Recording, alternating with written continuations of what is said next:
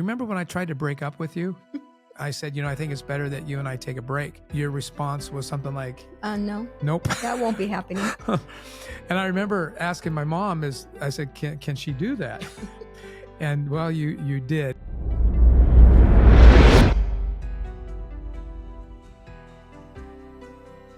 Hey everybody, before we jump into today's episode, we'd like to recognize all those who make this podcast possible. The Lead Today show is supported by all the generous donors of the Lead Today community. Thank you so much for investing in shaping leaders through this podcast. And be sure to like and subscribe on whatever platform you are watching or listening today. All right, let's jump into the podcast. Hey, welcome back to the Today Counts show. I am your host, Jim Piper. Today, I have a guest with me, a very special guest with me. Most of my guests, almost all of my guests, I think, come right out of the chute, and they start off by saying, thank you for allowing me to come on the podcast. You will not hear that today because this particular guest has come to the podcast kicking and screaming. But this is my best friend. This is my wife of nearly 45 years. Yes. on March the 15th. So good morning. And let me say thank you for finally giving in to coming on the show. You're welcome. So why is she on the show? Because there is no one in the world that I know who is more qualified to talk with us about marriage, and obviously specifically our marriage. Who is more qualified to talk about our marriage than the two of us? What we would like to do is we want to tell you our story. Well, let me back up first. Why are we doing this? Well, Rhonda isn't the only one who has come kicking and screaming. It's not a podcast that I really had on my plan to do. And the first time I asked her if she would consider it, she said absolutely not. She was not going to do it. But it seemed like, the emails, the text messages, and frankly, people that I've run into has said, when are you going to do a podcast on marriage? And, I could do a standalone from a pastoral, perspective and open up the book of Ephesians and go through that. But if you go to church, you've been there and you've done that, and you should. And that's not bad. It's good. But we do have a unique story like most marriages do. And so we want to tell it. And we prayed before we got on here. We prayed that it would be helpful for you, that you'd be blessed by it, and that God would give us wisdom and openness and transparency as we talk through 45 years of marriage. So let's do a fist pump because 45 years. We just got back from France in October to celebrate two things: our 45th wedding anniversary and my 65th year, even though both of those don't happen until this March. The way I looked at it is, we might be dead before then, so we might as well give it a shot. Anyway, so for those of you who are thinking about getting married, those of you who are married, but you're under those 45 years, or you're maybe even over those 45 years, and you're in a rough patch, or you need encouragement, I'm pretty sure this is going to help. So what we decided today over coffee, we've actually been talking about it on and off for weeks, but what we decided, well, Rhonda has her tea. She's healthier than I am. And I had my coffee. We said, you know what? We're going to start with our marriage affirmations. Yes, we have marriage affirmations. You've probably heard of people who write personal affirmations as a way to speak truth over their lives, help, keep themselves encouraged and all of that. And if you're kind of old school, you might think that's foo-foo and silly. Psychologists say otherwise, and I like understanding how the human brain works. I don't think that takes God out of the equation of being the creator of those things. So together, we wrote some marriage affirmations. So what I'm going to do is I'm going to read through them, Rhonda, one at a time. We won't comment on them yet. I'll read through them, and then we'll go back to the first one, and we'll explain why we even have that affirmation, because there's a story behind it. Right. Does that sound good? Mm-hmm. All right. So unfortunately, part of being 65 is I got to put glasses on to read anything. And the large print stuff doesn't work either. So here we go. So the first affirmation in our marriage is, I am my spouse's biggest fan. And we have a keyword in parentheses after each of our affirmations. And what is that keyword, Rhonda? Encouragement. Encouragement. So I am my spouse's biggest fan. Keyword is encouragement. Second, I regularly express words and deeds of appreciation, praise, and support directly to my spouse and in front of others. The key word we have there is affirmation. My conversations in person, phone, or text are always tender in word and tone. Keyword kindness. When in the presence of others, my spouse is my priority. Keyword honor. I encourage my spouse to enjoy time away for personal pursuits. Keyword freedom. I will seek to understand how I can encourage and support my spouse, and then all in capital letters, today. Keyword service. We embrace the importance of levity and playing together as an antidote for the grind of life. Keyword fun. We invest time in one another. Key prepositional word there, preposition in versus with. Obviously, it's with, but the idea is we invest time in one another, and the key word is friendship. Now, just before we go back over and start telling our story for each of these affirmations, just a couple of things. And I know I'm hogging the conversation at this point, but on the front end, just kind of laying the groundwork. Learning about one another, I think has been, if I can use the word success, I think we have a successful marriage. Is it perfect? Hell no, it's not. It's not Are you perfect. supposed to swear on this? It is a faith-based, and the word hell is in the Bible. Okay. So for emphasis, no, it's not, but learning about one another, though we may not reference it exactly, it's going to be woven all through our conversation. Learn, if you love somebody, you are not just going to be working hard on yourself, learning about yourself, what makes you tick, what is sideways, what is messed up, what comes from wounds, et cetera, but you're also going to, in an endearing way, learn about the other. I love learning about you. I don't like all the things that I've discovered because they often bring back bad memories for you. And many of those memories, most of those memories that have wounded you most deeply was before I knew you. So that's like a little bit of a sneak peek into about what we're going to talk about. But anyway, I think it was Chapman. I think it's Gary Chapman wrote the book, The Love Languages, the 5 Love Languages. And so that's one of the things that we did together to kind of learn about each other. And there are 5 love languages. Touch. By the way, a love language is, if you haven't heard about it, a love language is, I'm going to call it a portal into your heart. It's the way that you receive love. It's the way that you best experience love. I think it's a novel idea. Is it perfect? Probably not, but it helps.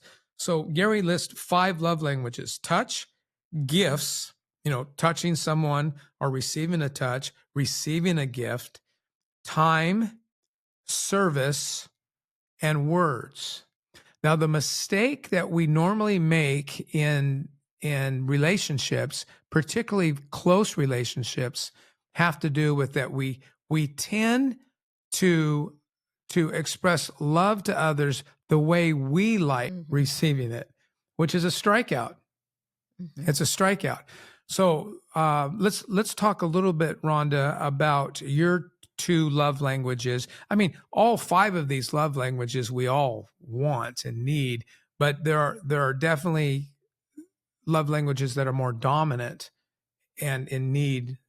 And we're having this, I can't believe I'm having this soft, feely conversation because I'd rather talk about football and beating somebody up than what we're doing now, except for the fact that you are my best friend. And so that comes a high interest. So when you did the assessment, two things came out very clearly. One was time, Mhm. and the other words. Why do you think time and words are so important to you?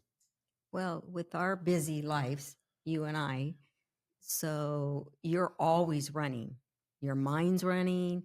I can see you thinking. And when you stop, like especially in the morning, our tea time and our um, time to just be together and reflect, when you stop, truly stop what you're doing, and you have a conversation with me, even though I know inside it's not what you like to do. It's Mhm. not, but that shows me so much love.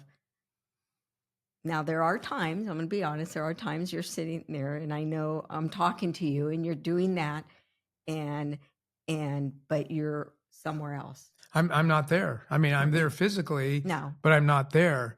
In fact, I've been accused of passing people in the hallway, particularly in a shepherding environment, right? A church environment where as I passed that person, I didn't even acknowledge, the Mhm. passing.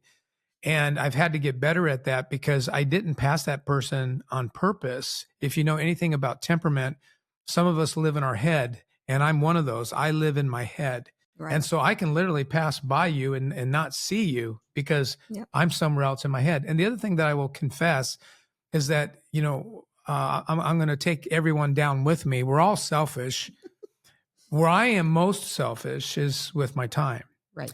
And I think that's because I'm a very driven person. Now, if you know me from afar, you might think, oh, that's Grandpa Pastor. That's Yeah. Pastor Jim. That's Coach Jim. That's Mentor Jim. He just seems to always have that calming presence, help straighten you out, help you reframe. And yes, I do love doing that. That's my calling. But you don't know me. I am driven. I like to win. I only like to win. I do not like to lose. And I see trouble coming from a mile away, and my mind is on that. And so learning about the message that I give, good or bad, based upon the time that I give to those that I love. Now, some people struggle the opposite. They give time away to everybody, and so then there's nothing left for their family. Mm-hmm. Now, that's not me, though. No. So I'm going to stick up for myself a little bit in that. But you're right. I think that there are times that you have come to me, and you come to me multiple times a day, every day, because you're an extrovert and you also need that, which we'll get into later. But what about words? Words is also one of your love languages. Oh yeah. I mean, Words, obviously, encouraging words. Not bad words, but No. Yeah, I guess it comes back from when I was a kid. The words weren't very nice. Mhm. So when you say something, you did a good job, or thank you for doing this for me, or something, it means the world to me. And it shows me that you see that I'm just not there providing one of your Yeah, things. taking you for granted, right? Right.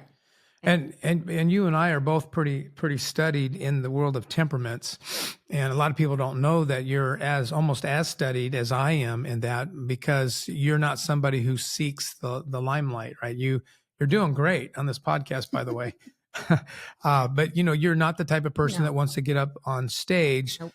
You're a behind the scenes kind of a person. You're what in the Myers-Briggs temperament would call a guardian. So you're behind the scenes, you tend to have a service mindset, a supportive mindset, in the background.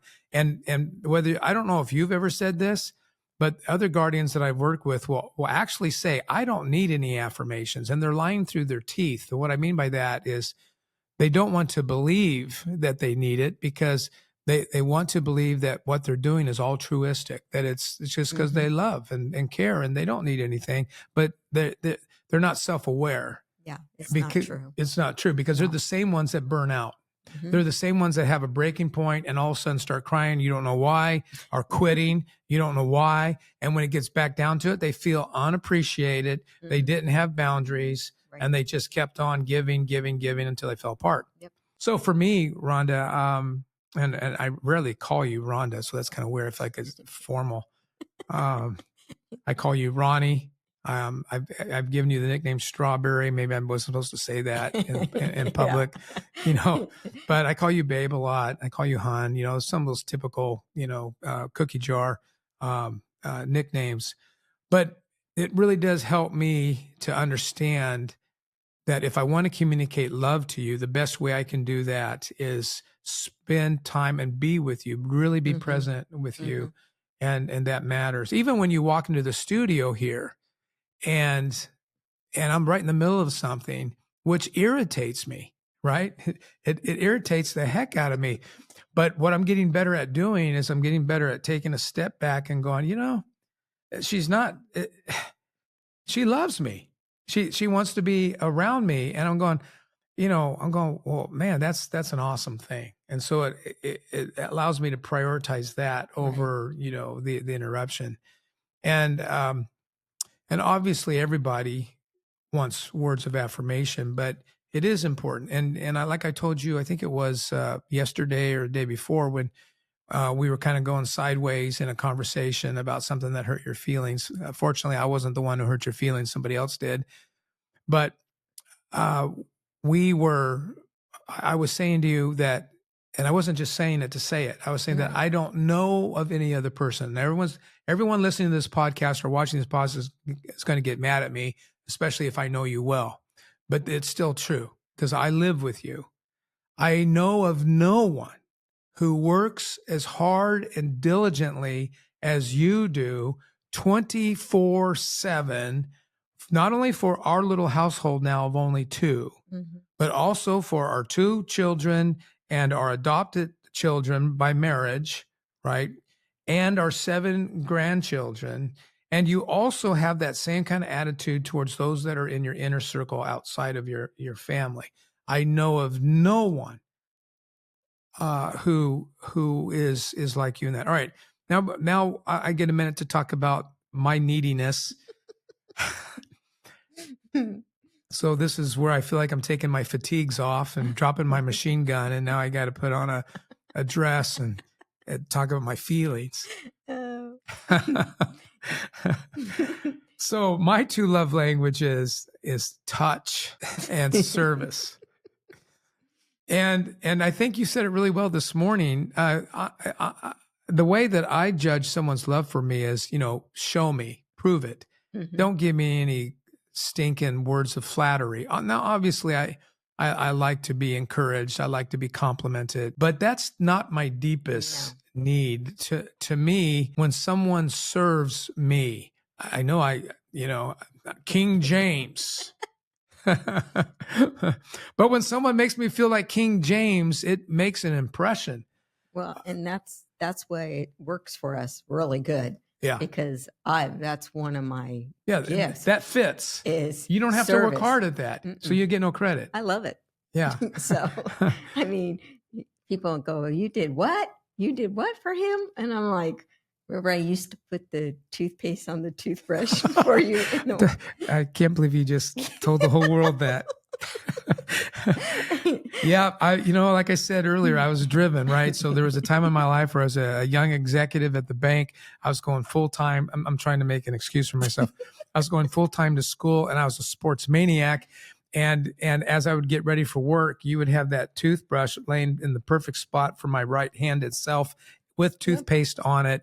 And hey, it saved at least 10 seconds probably, but I don't do that anymore. No, you don't. Yeah. I'm bummed about that a little bit, but it did remind me how much you love me. Yep. Right. At least that's how I took it. How much you love me. And I am a hugger, right? Now I'm not a hugger. I mean, some people need to go to therapy because they hug everything and anything that moves.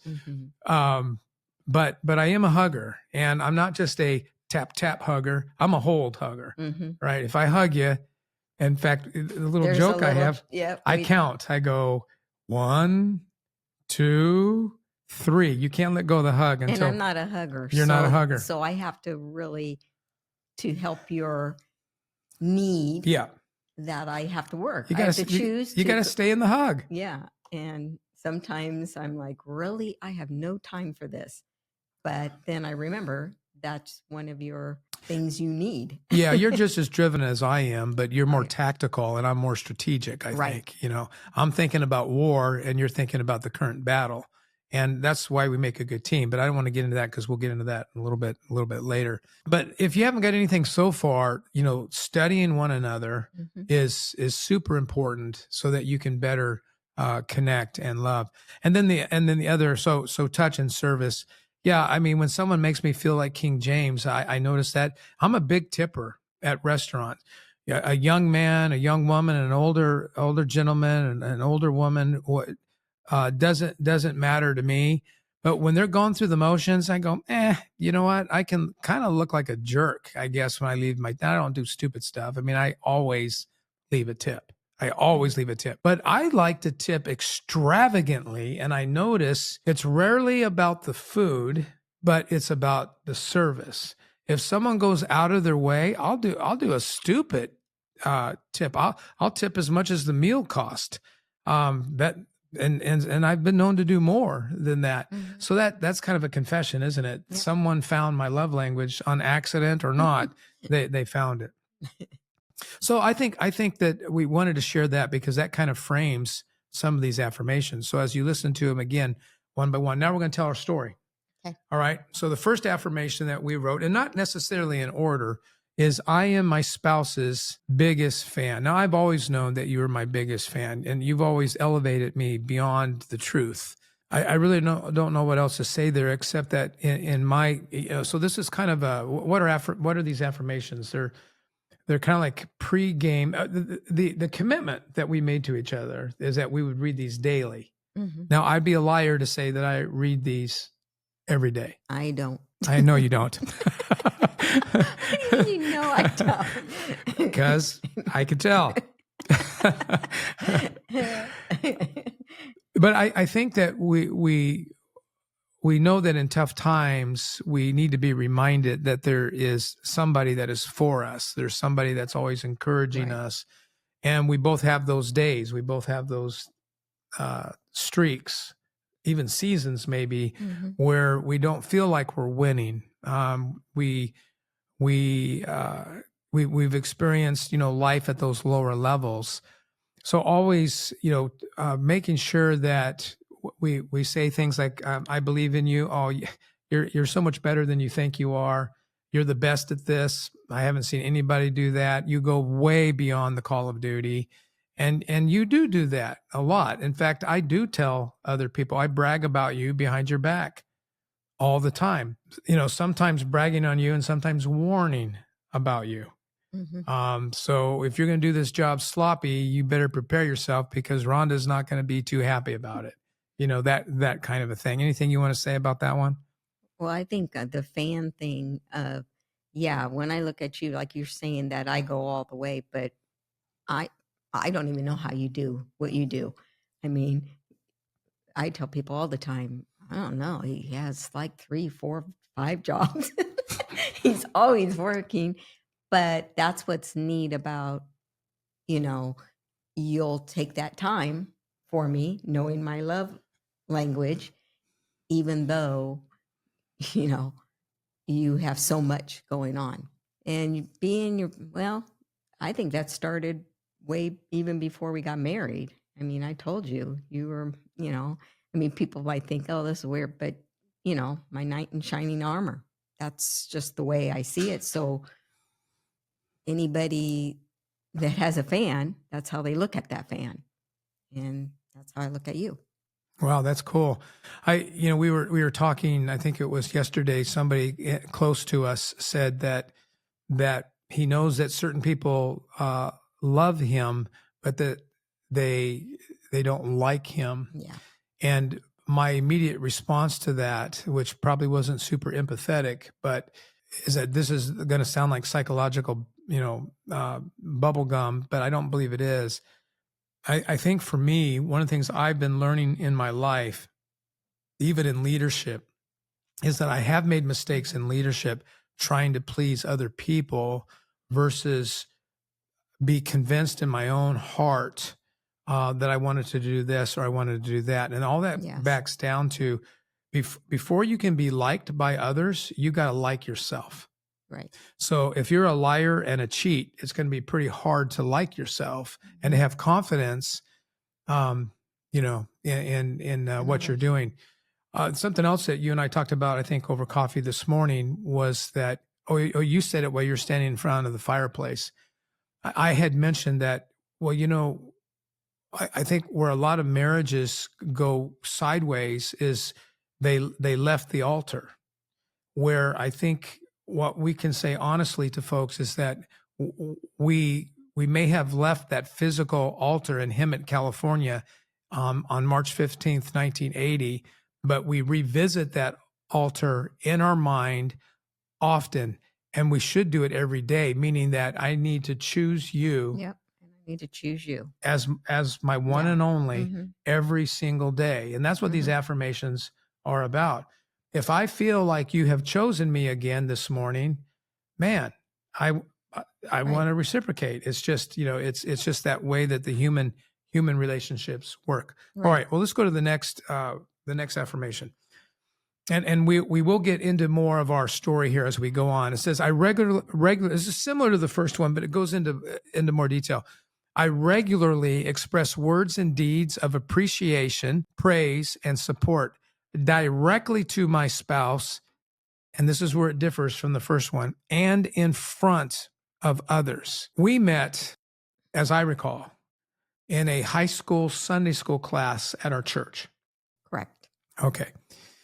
And as that relationship moved forward, we noticed that we really did live on two sides of the tracks. Yes. Not necessarily economically, but in a lot of other ways, spiritually, relationally with our families, Right. and our family history. I don't want to put words in your mouth, so correct me if I'm wrong, but to say that you grew up in an abusive, extremely dysfunctional home is not an exaggeration. No. I did not. Was my family perfect? Of course not. Of course not. My father never hit me. Now, did he knock me around occasionally? Yeah, he did. But, if you're a man, and unless you have wounds from your father hitting you, then you're not going to understand. But sometimes you just get so frustrated with your stupid teenage son that you kind of have to remind him of who's, the man in the house. Right. And so have I been thrown on a bed? Yeah. Have I been pushed? Yep. That's it. That's all I can say. And I would say that I'm kind of surprised that that's all that happened. I think I deserved, a lot more. I did not, I never experienced parents speaking down to me. I never experienced parents using me. I never experienced that. And my parents are alive and well today. And so if I'm going to be 65 in March, they are on their 67th year are getting close to their 67th year of marriage. Right. So, even though my family's not perfect in any way, shape, or form, we just came from two completely different backgrounds where, in some ways, you were really tough. I learned that you were really tough, but those were more like survival instincts, and you were really weak in ways that I had to learn. In other words, you had triggers that even you didn't see. No, I don't think. And I don't want to get too graphic here, but you were physically attacked, verbally attacked, used in ways that are just, it's bizarre, to me. Was it every day? No, it wasn't every day, but it was a norm. Right. And when two people come from two different backgrounds, it has a way of putting a wedge Right. between us because we don't understand one another. And then when you did begin to see some of the cracks in my family, I was in denial of those things. I'm talking about, me, when you point at cracks in me and my better than thou, attitudes or whatever. Even though I didn't know what the world offered, I was one of those kids who believed I could be whatever I wanted to be.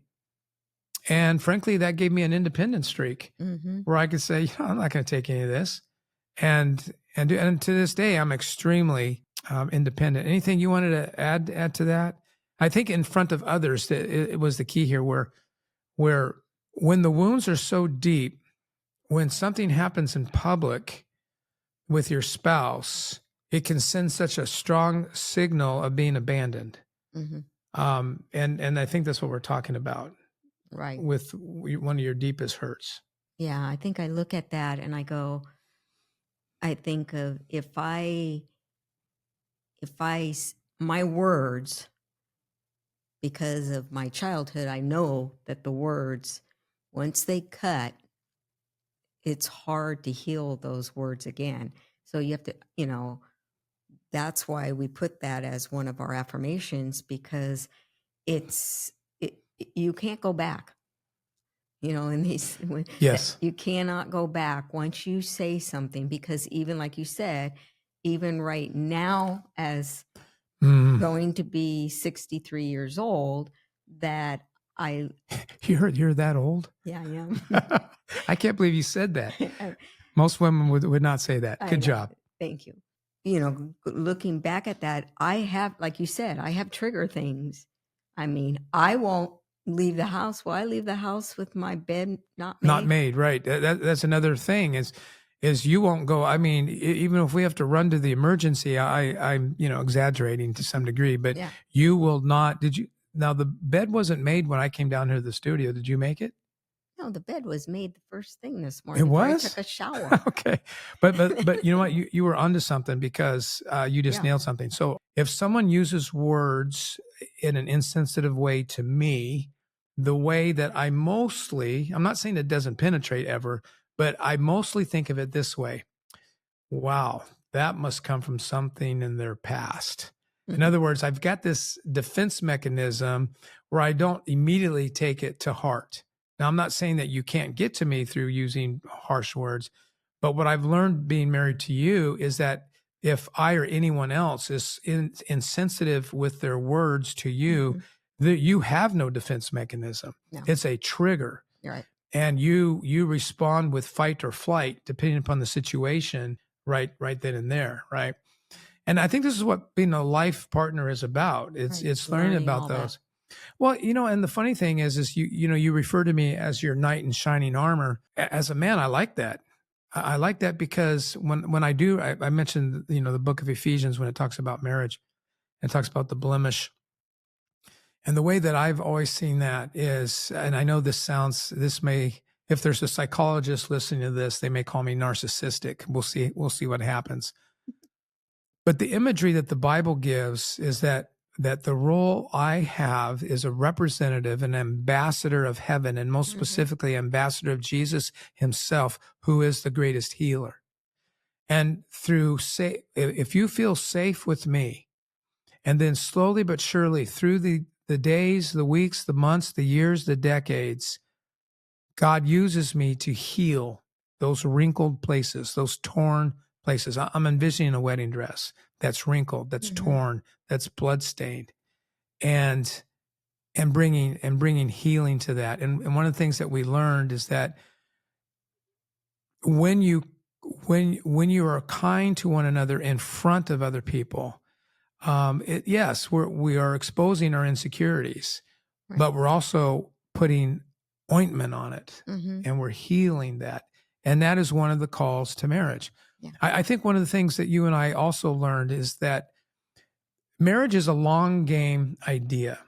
For those that go, my gosh, this isn't working. Well, what did you think was going to happen? Two sinners decide they're going to become one? I mean, to me, I get really sarcastic in that kind of situation.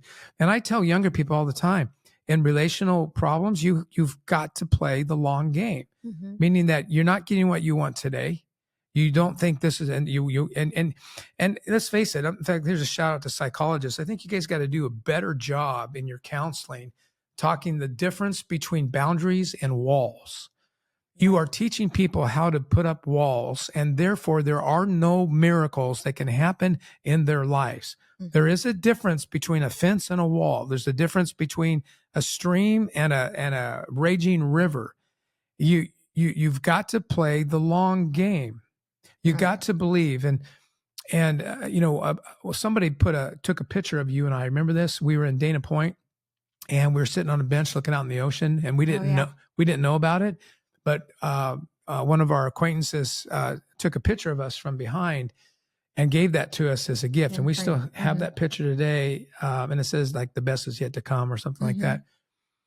And when I look at that picture of the two of us sitting together on a bench, looking over the ocean, what I see there is growing old together.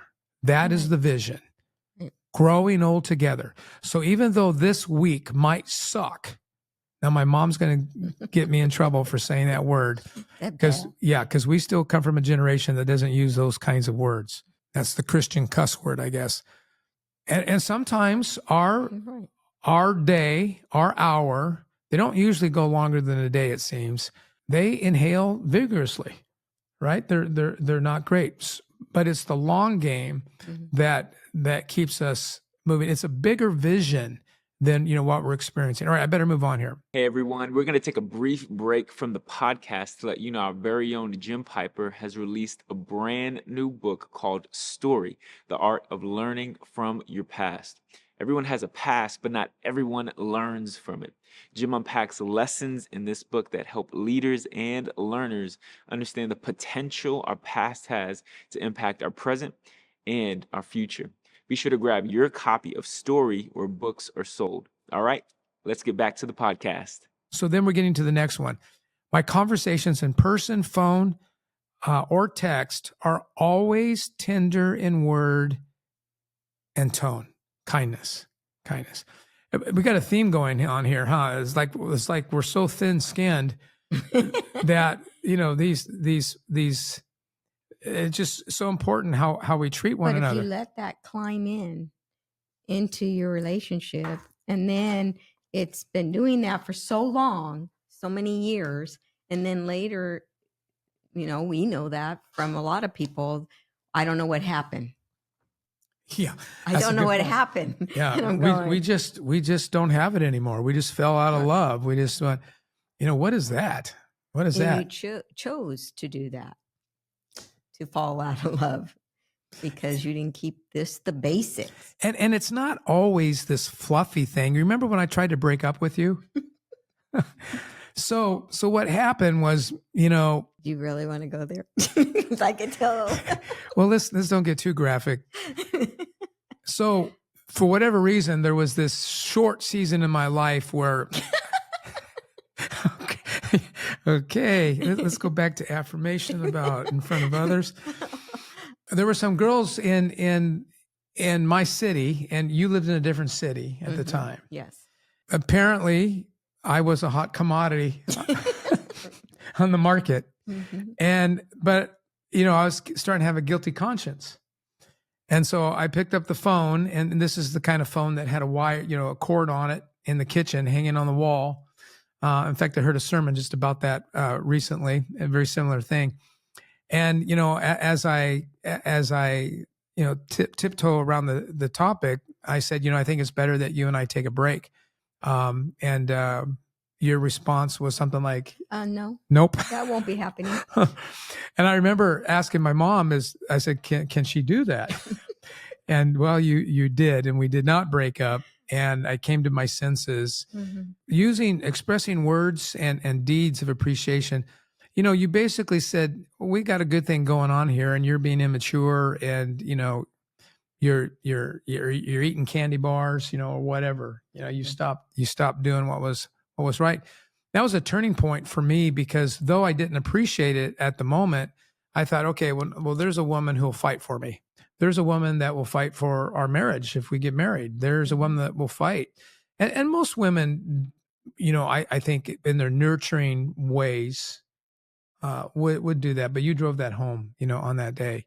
All right, let's see if we got something here again. In the presence of others, my spouse is my priority. Is another affirmation. But some of these have been written based upon your wounds and my ego. Yeah, I think that's a fair. And the one thing that I look at when I look at those, and I still to this day, I had no example, training, or anything on how to be a wife, how to be a mother, how to, because of, childhood past. Yeah. I mean, and I am stubborn, and my parents were divorced, remarried, divorced, Yeah. and so I did have that, once you're married. And still to this day, I don't see when people say, yeah, I'm just, I'm going through something, and, we just don't have it. It's hard for me to understand that. Yeah. So what you're saying, I think, is that you didn't really have a biblical upbringing, and I know you didn't, because when you and I got around to talking about religion versus kissing all the time, it was pretty clear that you did not come from a biblical background, where my worldview was clearly that, even though it wasn't, formed yet in the deepest convictions, that I have to this day. I think your conviction for marriage probably came from the grace of God, because your temperament, one of the character elements for your temperament is justice. And so to you, most of the world is black and white. And of course, that's a whole nother story between us, because Right. I'm more of a gray guy and you are black and white. I'm more of a let's think about this, walk around it. And you're going, what's there to think about and walk around? This needs to be done. It needs to be done now. Like you and I talk about all the time, you are a now person, and I'm a sit back and analyze, person. But your conviction to till death do us part, of course, became a Christian conviction to you. But you actually had that before. Right. Before that, and that was probably what God had grafted into your soul, Right. through your temperament. And I do think that what we would sometimes call God-fearers, are often like that. They look at the creation and they go, "You got to be an idiot not to believe there isn't a designer." Right. And so they begin to align their lives to it, even if it's not necessarily informed by the Bible. Right. And they tend to do that, and so what I want everyone to understand is that, we didn't sit down and write these affirmations out of the clear blue or because we read some stupid book. We wrote these out of recognition that each of us are important to God and to one another. And what we're doing is we're looking at our weaknesses, and we're looking at our wounds and our hurts. And we're taking the long view of marriage. How can we help one another, heal one another in those ways? So maybe you're picking up on that theme. I hope that we could get into some of our story, because it's pretty funny in different places, and it's also hurtful. So let's go a little faster here. I encourage my spouse to enjoy time away for personal pursuits. I think that one of the downsides of getting married really young, we got married really young, and I'm not saying that it applies to everybody, but our culture doesn't do that. And I really push back against our culture. If you have any desire to be sexually pure in any sense of the term, or whatever sense of the term, see, here I am philosophical again. Rhonda goes, "Do you really need to spell that out?" What I'm trying to say is that we got married as kids. You weren't even 18 years old yet, and we had to get your dad to sign off on it. That And was funny. yeah, all it cost me was a Mexican food dinner. And Well, we did have to go in front of the judge. yeah, we too. did have to go in front of the judge, right? And he questioned. And a lot of people, nowadays, they don't even understand our context. They don't understand it. You lived another city away. We knew we were going to get married. We knew we loved one another. We knew we wanted to do this. And we already started working in our head to becoming a couple. We saw each other. Well, for a Well, while there, it was once a month.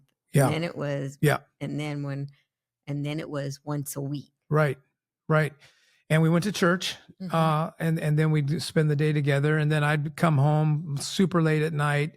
The muffler on my Mustang would fall off almost every time because, I didn't have the money to get it fixed. So I would use clothes hangers to wrap it up to the top of the chassis. But of course it would burn through the clothes hangers. My mom would be worried sick about, me getting home, yada, yada. But so we were putting money aside. We were already doing those kinds of things. We were already working together as a couple. Nowadays, culture says, well, you got to try each other out. You got to work the fields. You got to, there's your soulmate. You got to find your soulmate. You can already hear the sarcasm, that's coming through. And those of you who are younger, if you don't believe this or you watch too many chick flicks, then I'm sorry, you've been misinformed. Because that's a bunch of hogwash. And I'm not saying that, you go find anybody and say, yeah, you'll do. I'm not saying you do that, but you're making it too hard. And what you're doing is I think you're waiting for harps to go off or music in the background, angels, to appear. Now, the first time I kissed you, I did knock you out. Yes. Yeah, that's true. You told me that when I shut the door, you slid down the wall. I did.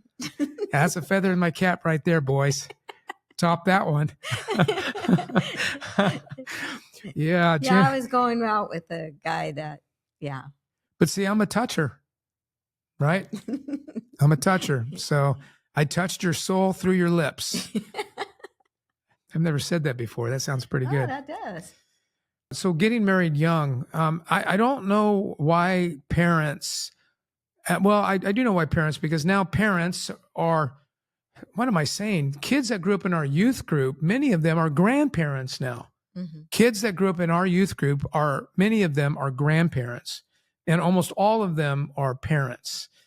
And so many of them that grew up in our youth group, I don't think struggled with this because it was a different mindset. I'm not saying rush into marriage. I'm saying there's no such thing. Oh, you're too young. Well, yeah, I guess if you're 12, you're probably too young. I was 12. But the reason why is because there was a lot of reasons why. You were bouncing back and forth between family members. You were being tossed to and fro. You were riding on a moped on dangerous roads to go manage a McDonald's while you were still in high school. And paid for all my dental. You paid for everything. You paid for everything. There was no true roof over your head. So when people look at us, they look at the home we live in. Not that we live in a mansion or anything. They look at what we've accomplished. I don't know what they think. Who knows what they think? They have no idea that we were both in college, but you got 3 jobs to get me through my undergrad and my grad, education.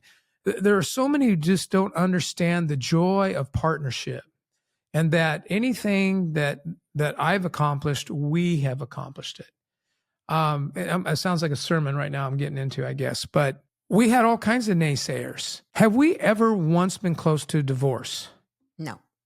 Have we fought like cats and dogs? Yes. Absolutely.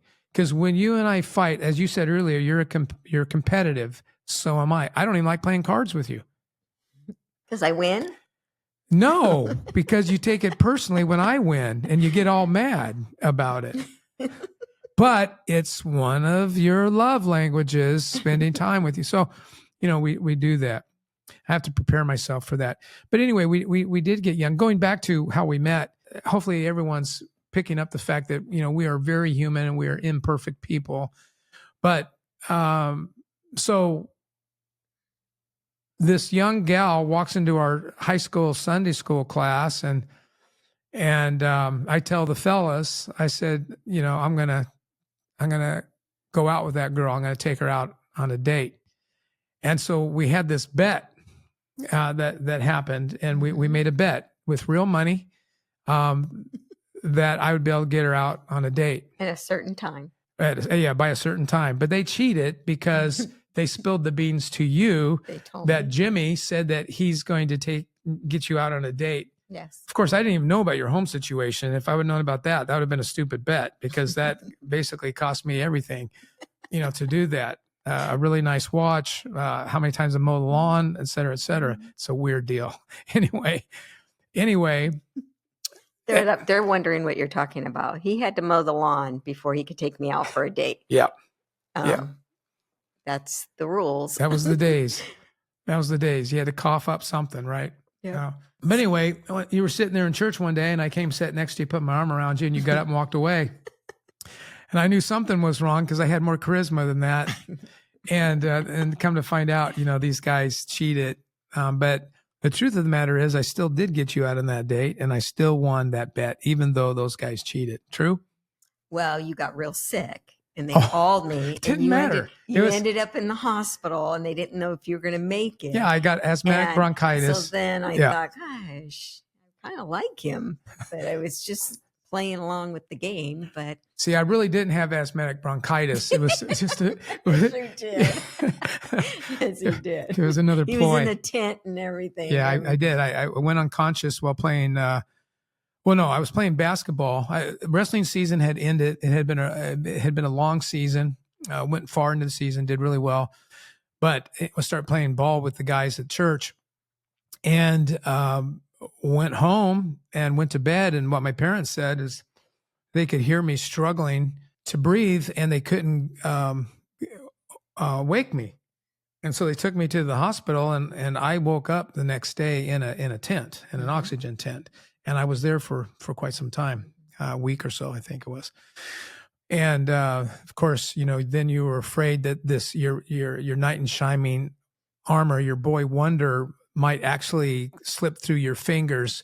So you rushed to his side. See, it's a beautiful movie. It is. Yeah. I know. It's a beautiful movie. But then, of course, we have to tell this story. Everyone gets a kick out of this story. And then we'll get back to some of this other stuff. So I did invite you to prom. And your junior senior prom. Yeah, which I knew was going to be an issue anyway, because you're from a foreign area. I was in Lake Arrowhead, California, went to Rim of the World High School. You lived down the hill, and so I didn't know what high school you went to. He was pretty popular. Well, we don't need to go into that, but you have to say that so that when we get to the yeah. So I pick you up with an atrocious hairdo, by the way.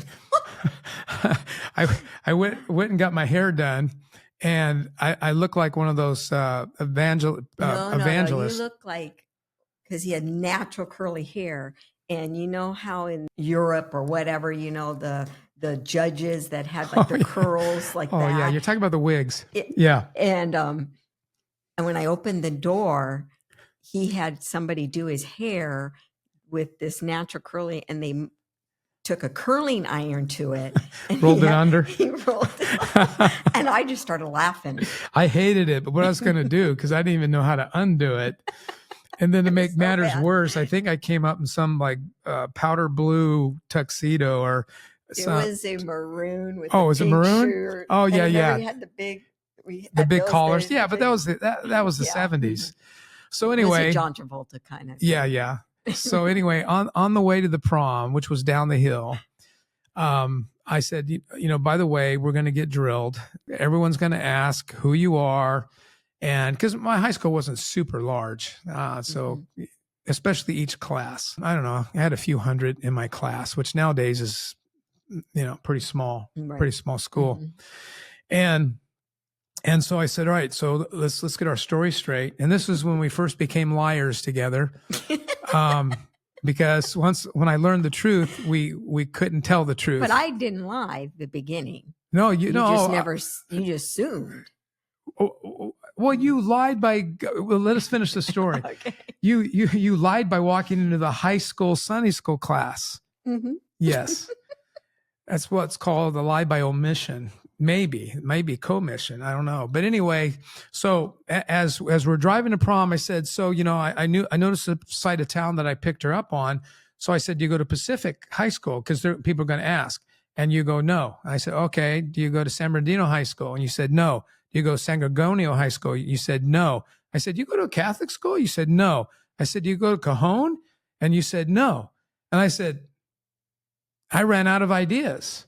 And I said, well, What school do you go to? Del Vallejo Junior High. Del Vallejo Junior High.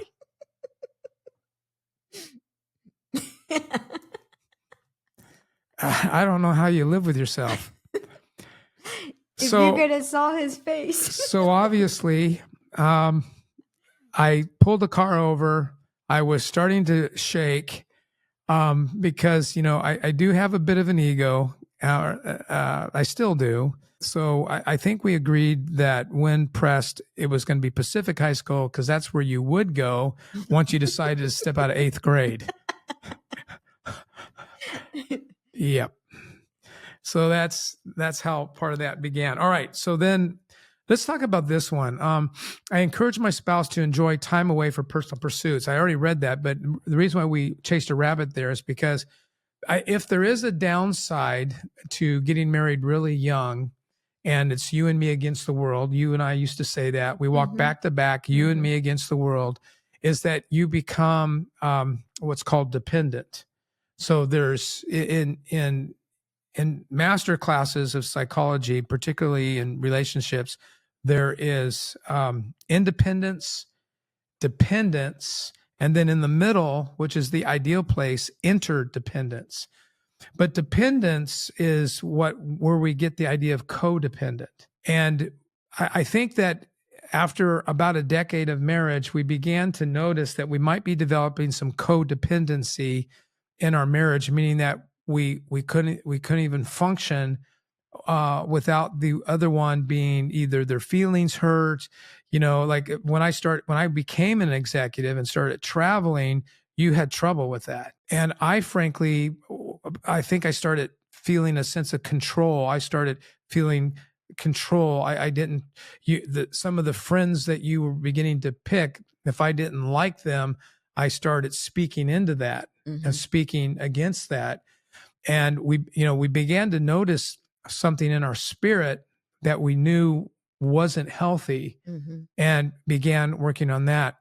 So that's why this affirmation is here, is that I do like to play golf. You like to play only because you're with me. That's the truth. That's the truth. And once that happened, I was discouraged because I thought I had, a spouse as a golfing partner, but, come hole 10, she's ready to go home. And I'm just finally still believing I can get my swing together and move on.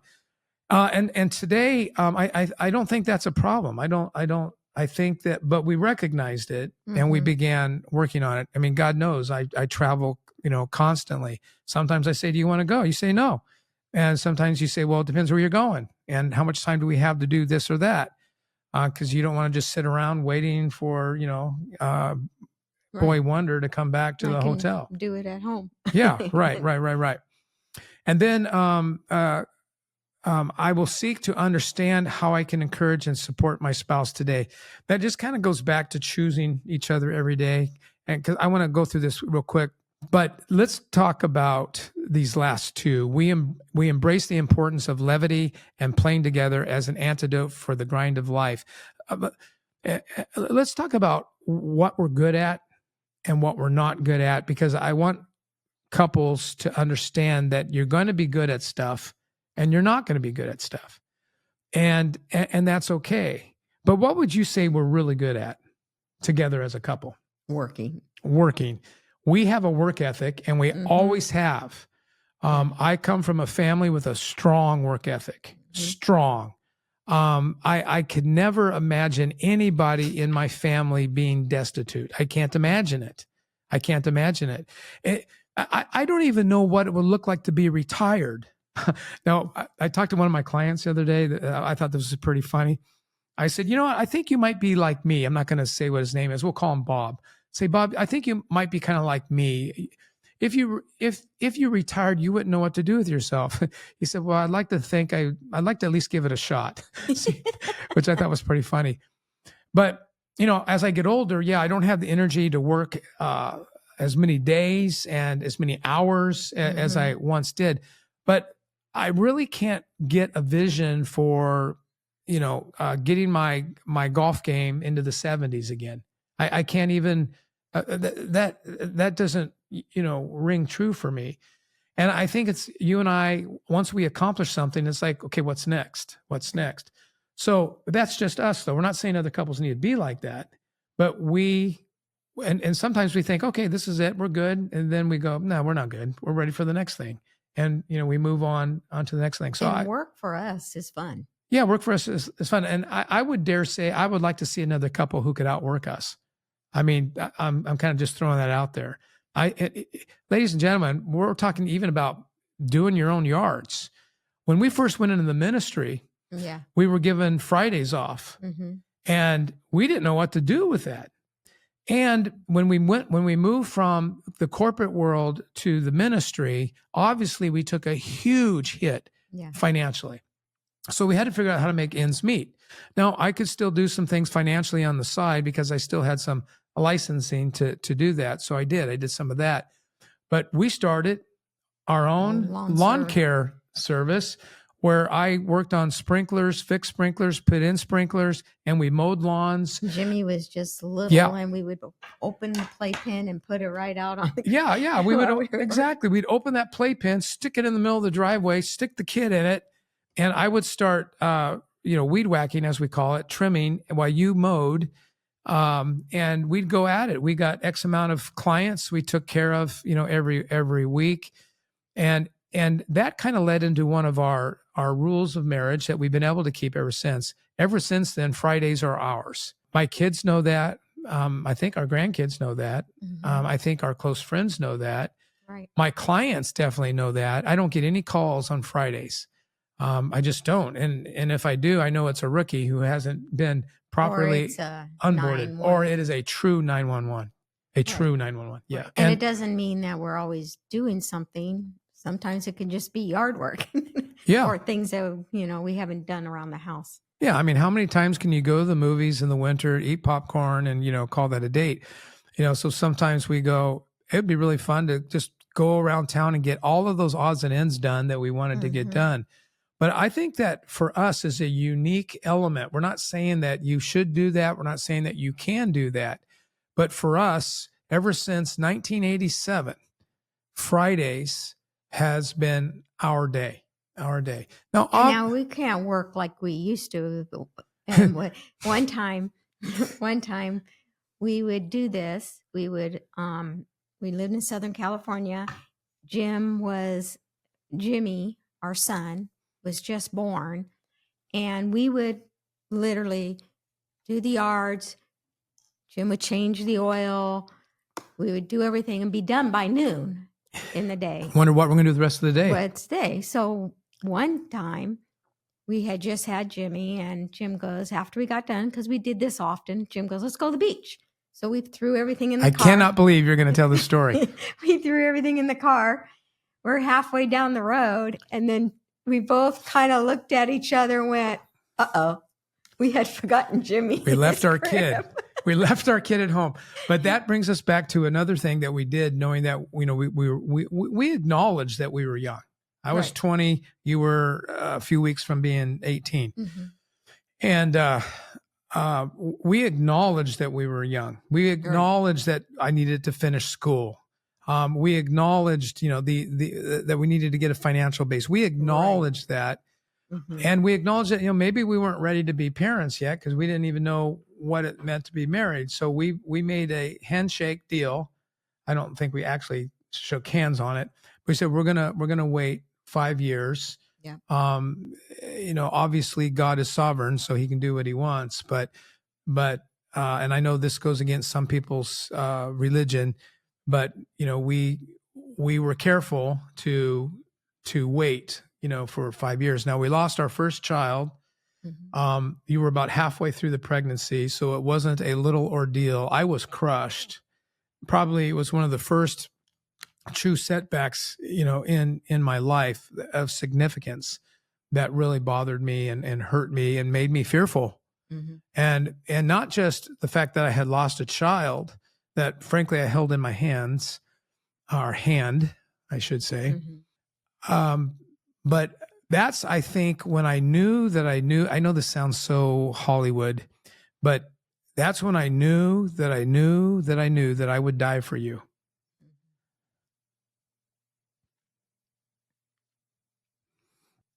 In time, then God blessed us with 2 kids that we love.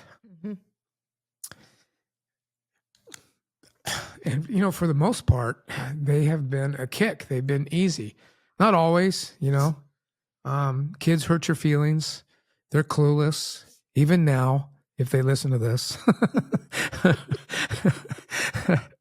and they blessed us with 7 grandkids, and you know, really great, really great. But you know what's funny is the topic's supposed to be fun. You know what do we do together and to fun? And Rhonda's right. We like to work. We do. I think we have more fun working than we do going to SeaWorld. Yeah. And we're movie critics, so I'm not even sure we have fun doing that. We go, what were the critics thinking? What were the, you know, the watchers thinking? But when we do the yards or we paint something and we sit back and go, that feels good. That looks good. You know, it's an enjoyment for us. It really is kind of weird, isn't it? Now that I think about it, we like traveling. But now at our age, if it's not first class, it's a no-go. And remember, needy. Well, because we're soft. I think we're soft. I'll say it. I'm softer now than I used to be. But let's talk about our faith for a minute, because I think that though we take a pretty traditional view of marriage, and this part, you know, might bother some. I am the head of the household, and we do not apologize for that, but I am not a jerk. I am not a joker, and I am not a jackass. In fact, that is the title that I told you about of one of my chapters in my new book coming out, because no matter how much I think I'm an easy guy to get along with on the long term, I have had people in my life that I've had to eventually say, unfortunately, I am now seeing that person as either a jerk, a joker, or a jackass. And being the head of the home, you can't be any of those things. You've got to be the servant leader. You've got to be the one who takes it on the chin. You got to be the one who owns the mistakes, owns the faults. You got to be the one that leads with sacrifice. You've got to be the one that preaches the right sermon to the whole family, play the long game, do what's right, even if it costs you more. You got to ask people to do the same.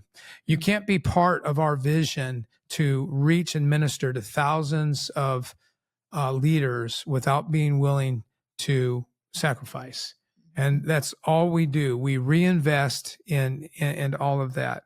But fun, right? Fun. Right, So it was fun. we do like comedians. It's hard to find clean comedians, but I've noticed that there is a trend today where more of them are coming out.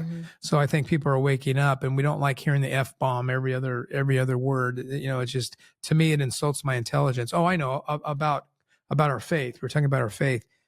And I might be the head of the household, but it does not make me more important in our marriage or our family, not even 1% more important than my wife, who is the helper.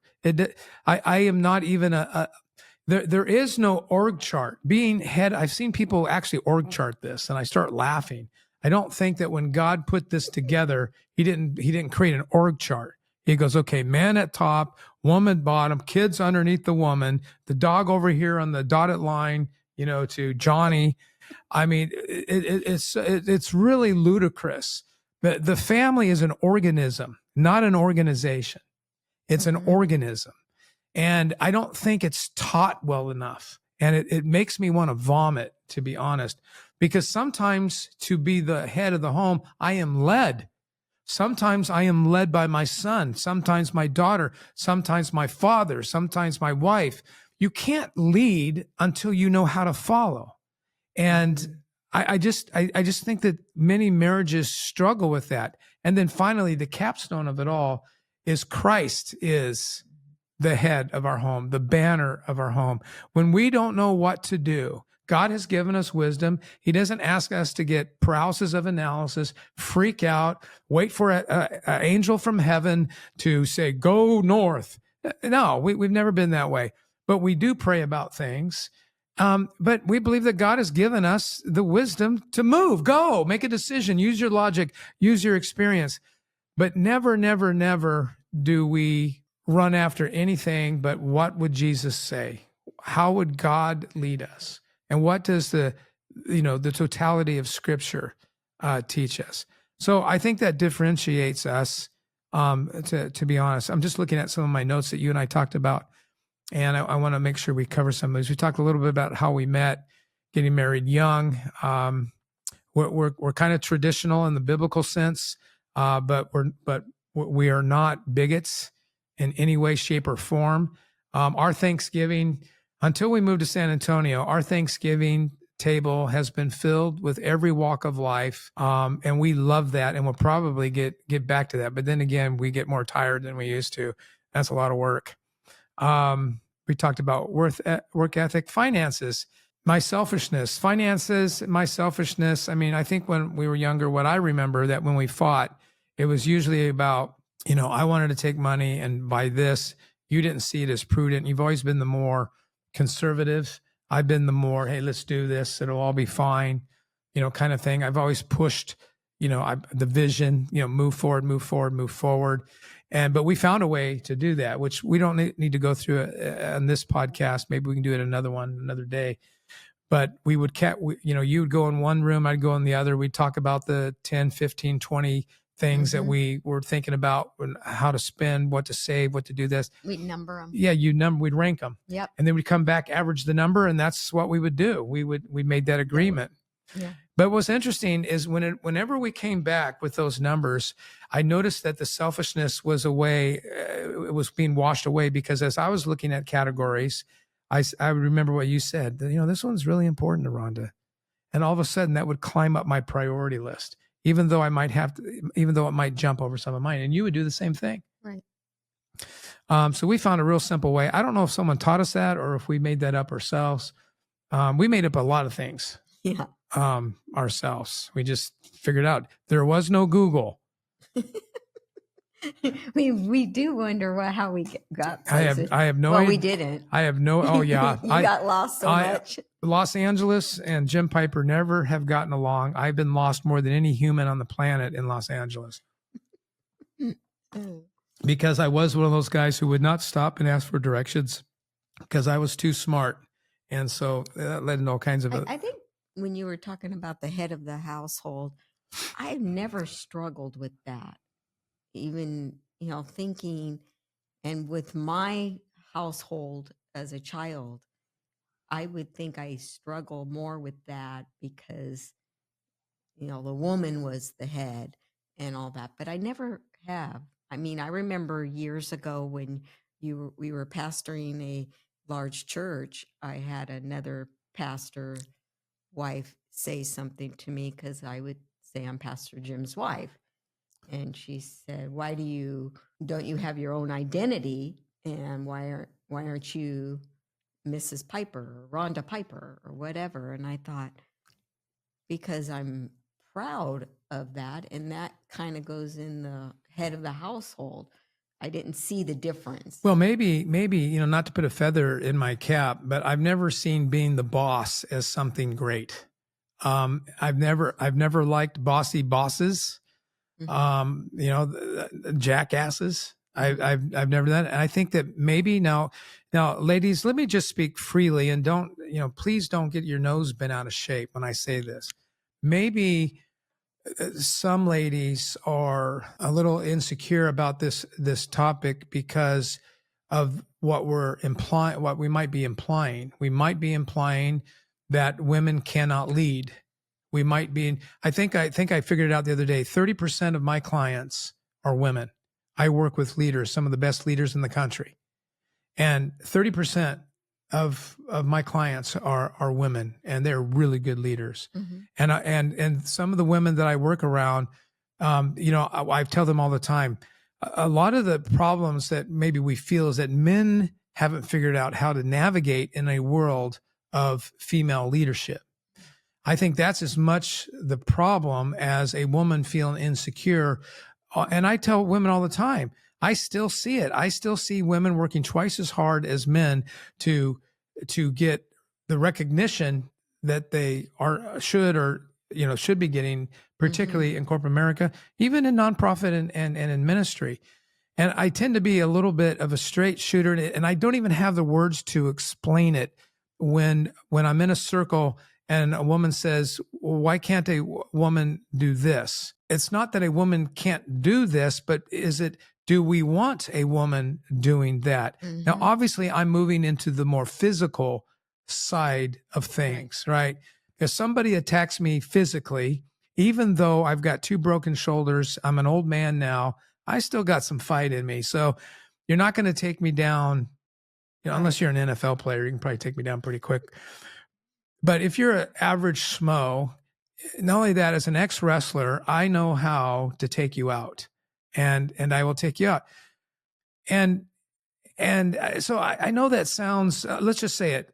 There's a lot of accusation today of bigotry. There's a lot of accusation of chauvinism. And, I'm not even using the buzzwords, and I don't want to use the buzzwords because I think that people are getting their jollies, using the new, and I think you know what I mean. One of them starts with an M.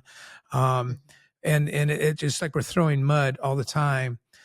If a man does not see the leadership value of a woman, shame on him, and get out of the caveman days and read Proverbs 31, for God's sake. If you are a Christian man and you're stuck in some kind of a traditional church mindset, read Proverbs 31. Now, I know what some are going to say, and you know what, I should probably move on, but I don't, maybe we say it a different way. Head of the house is different than running the house. Head of the house means I'm available. I'm leading us in a direction collaboratively. We've said all of pretty much most of our marriage that I manage the home. Yeah. I'm the leader. You're the manager. In corporate terms, people should get that. If you don't have good managers, your company's going to take a dive. If you don't have good leaders, your company's going to take a dive. And if you don't have good partnership between leadership and management, but that doesn't mean that leadership doesn't look to management for collaboration and advice, because those that are closest to the work usually know better.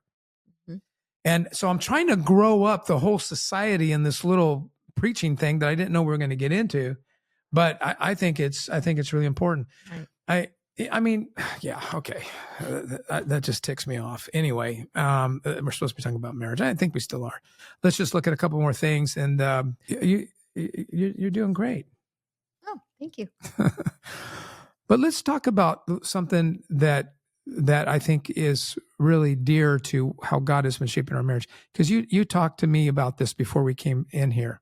Yeah, you said that you grew up, and the word you have picked, well, I guess that word was given to you when we were seeking some counseling, some leadership counseling. We were trying to decide some big steps in our life to leave something that we had built, or to stay and to move on. And so we wanted to get advice. And during that process, it turned into therapy. And in therapy, someone helped you realize the word, and you definitely grabbed onto it. But you grew up and got this idea that you were something. Do you remember the word you used? Disposable. And that just crushes my spirit. And mine, so if your ugly word is disposable, mine is independent. I am so radically independent that I sometimes don't believe anybody wants to help me, and that I will do it on my stinking self. And that's a, I don't know if that's a wound. It might be more of an attribute of being the eldest, having a dad that, was so faithful, going to work every day, but he didn't make all my games. I lived in a different era. He had to go to work. Yeah. And today we have so much of that. But that sense of I almost feel weak when somebody helps me, which sounds like I'm contradicting the service side, but that tells you the darkness that can be in somebody, sometimes. Yes. Sometimes I have to be at a place where I must have help in order to receive help. It's different with us because we're best friends. All right. We also practice debt-free living. Not in the beginning. In the beginning, we got ourselves in a little bit of trouble, and that's all we needed. And we worked ourselves out of it, and we believe in that. I think another principle is it's marriage first, family second, and God at the center. So we were talking about that. Yes. We've always been very supportive of our kids. I don't think either one of our kids could ever accuse us of not being engaged, present, in their lives. Maybe too much. Maybe because we were from the helicopter parent age, maybe too much. I guess the last thing is let's just talk really quickly about aging. It's rude. Mm-hmm. It's rude. Maybe we'll do a podcast on aging, and I think that would be fun to do. And financially, on that side, if you are getting up there in years or you have accumulated some assets, don't be a dum-dum. Put together a living trust. Get help and learn about that. Man, we've covered a lot of territory. And we didn't really do it in any super organized way. It was just more like you and I talking. And I love you. And thank you for getting on this podcast with me. And maybe you'll come back and we'll do one on the aging side and maybe get some of the older folks listening in. Yes, I will. You will? Okay, you just said it. And we will not edit that out. That is her confession that she will come back. Hopefully this podcast has encouraged you and got you out of Disneyland, knowing that whatever you think marriage is or should be, it's very human, but it's also beautiful, especially if you own it and you choose it and you decide you're going to win. And that's what you need. And you got to have faith in the one who created marriage in the first place. All right, that's it. Thank you for joining us here at the Today Count Show. Be sure to like and subscribe on whatever platform you listen or watch so you don't miss any content. And stay tuned for more coming soon.